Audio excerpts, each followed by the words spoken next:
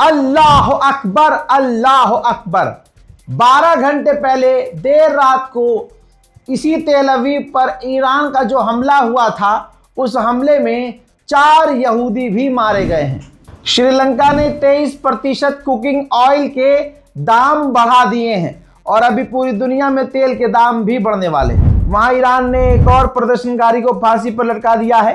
देश से गद्दारी कर रहा था, प्रदर्शन अमेरिका इजराइल के कहने पर कर रहा था, उनसे पैसा ले कर रहा था और प्रदर्शन के जरिए पूरे मुल्क का माहौल खराब कर रहा था।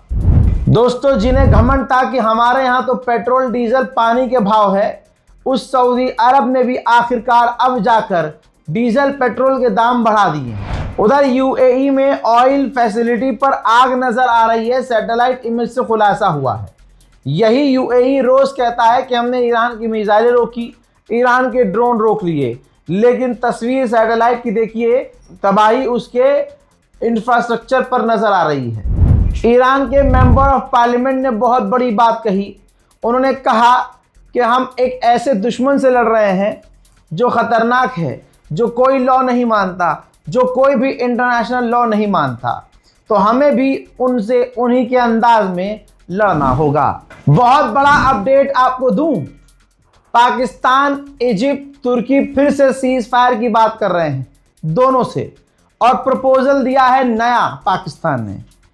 100 की सीधी ये है कि 45 दिन के लिए पहले सीज फायर की बात की जा रही है। कहा यह जा रहा है कि ईरान भी समझ रहा है, इस बात को सुन रहा है, और अमेरिका तो ये मान ही रहा है। अमेरिका तो चाहता है कि सारी दुनिया की जंग हमने रुकवाई थी, हमारी कोई नहीं रुकवा पा रहा है, समझ रहे हो। तो रिपोर्ट ये कह रही है कि पाकिस्तान और तमाम देश जो हैं, जो मीडिएटर हैं, उन्होंने ईरान से कहा कि 45 दिन के लिए जंग रोक लीजिए, उसके बाद सीज फायर और स्ट्रेट ऑफ हॉर्मूज तुरंत खोल दीजिए। सीज फायर होते ही स्ट्रेट ऑफ हॉर्मूज आप खोल दीजिए। पाकिस्तान ने इस मीटिंग का नाम इस्लामाबाद अकॉर्ड्स रखा है। कहा है कि ये सीज फायर होने के बाद 45 दिन तक बात चलती रहेगी और इस्लामाबाद में मुलाकात और मीटिंग्स होती रहेंगी। इस डील के अंदर ये भी पॉइंट रखा गया है कि बातचीत जब शुरू होगी तो ईरान आखिर में अपने न्यूक्लियर प्रोग्राम्स को बंद करेगा। ईरान ये गारंटी देगा कि वो दूसरों के लिए ख़तरा नहीं है।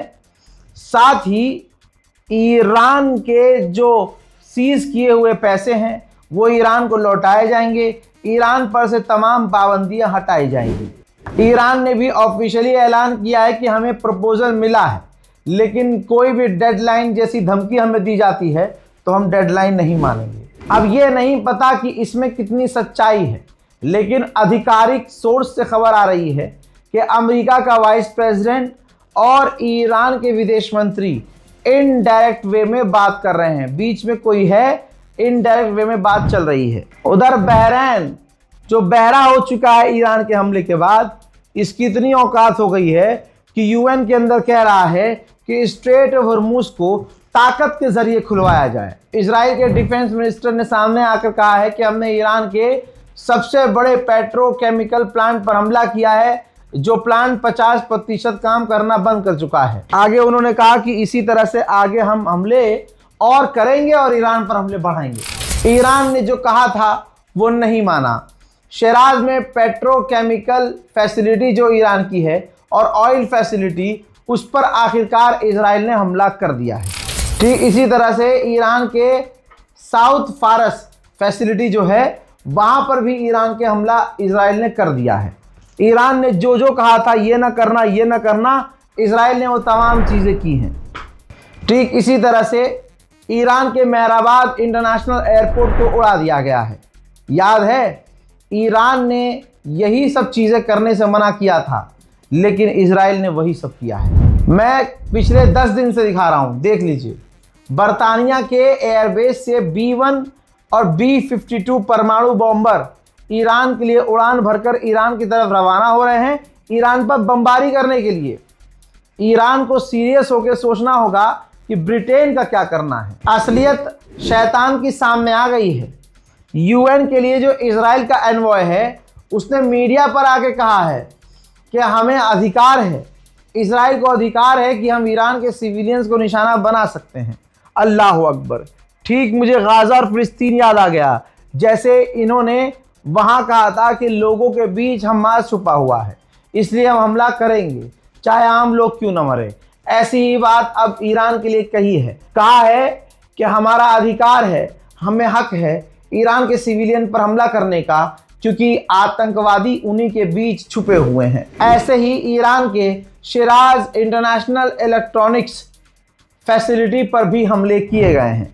ईरान ने कंफर्म किया है कि समुद्र में ईरान ने यानी हमने अमेरिका के युद्धपोत को निशाना बनाया है। ईरान ने बहुत बड़ा खुलासा किया है, कहा है कि ये जो अमेरिका ने सबसे बड़ा ऑपरेशन किया था हमारे यहाँ ज़मीन पर उतरकर अपने व्यक्ति को आज़ाद कराने का, ये हमारे यूरेनियम के खिलाफ ऑपरेशन हो सकता है। हमें शक है, क्योंकि जहाँ क्रू था वहाँ उन्होंने लैंडिंग नहीं की है, लैंडिंग बहुत दूर की है, बहुत अलग जगह। तो ऐसा अभी ईरान ने कहा है कि हमें लगता है कि यह हमारे खिलाफ बड़ी चाल थी। मोहतरम हजरात, इन खबर को शेयर ज़रूर कीजिएगा, अपनी राय कमेंट में ज़रूर लिखिएगा, मुझे अपनी दुआओं में याद ज़रूर रखिएगा। जय हिंद।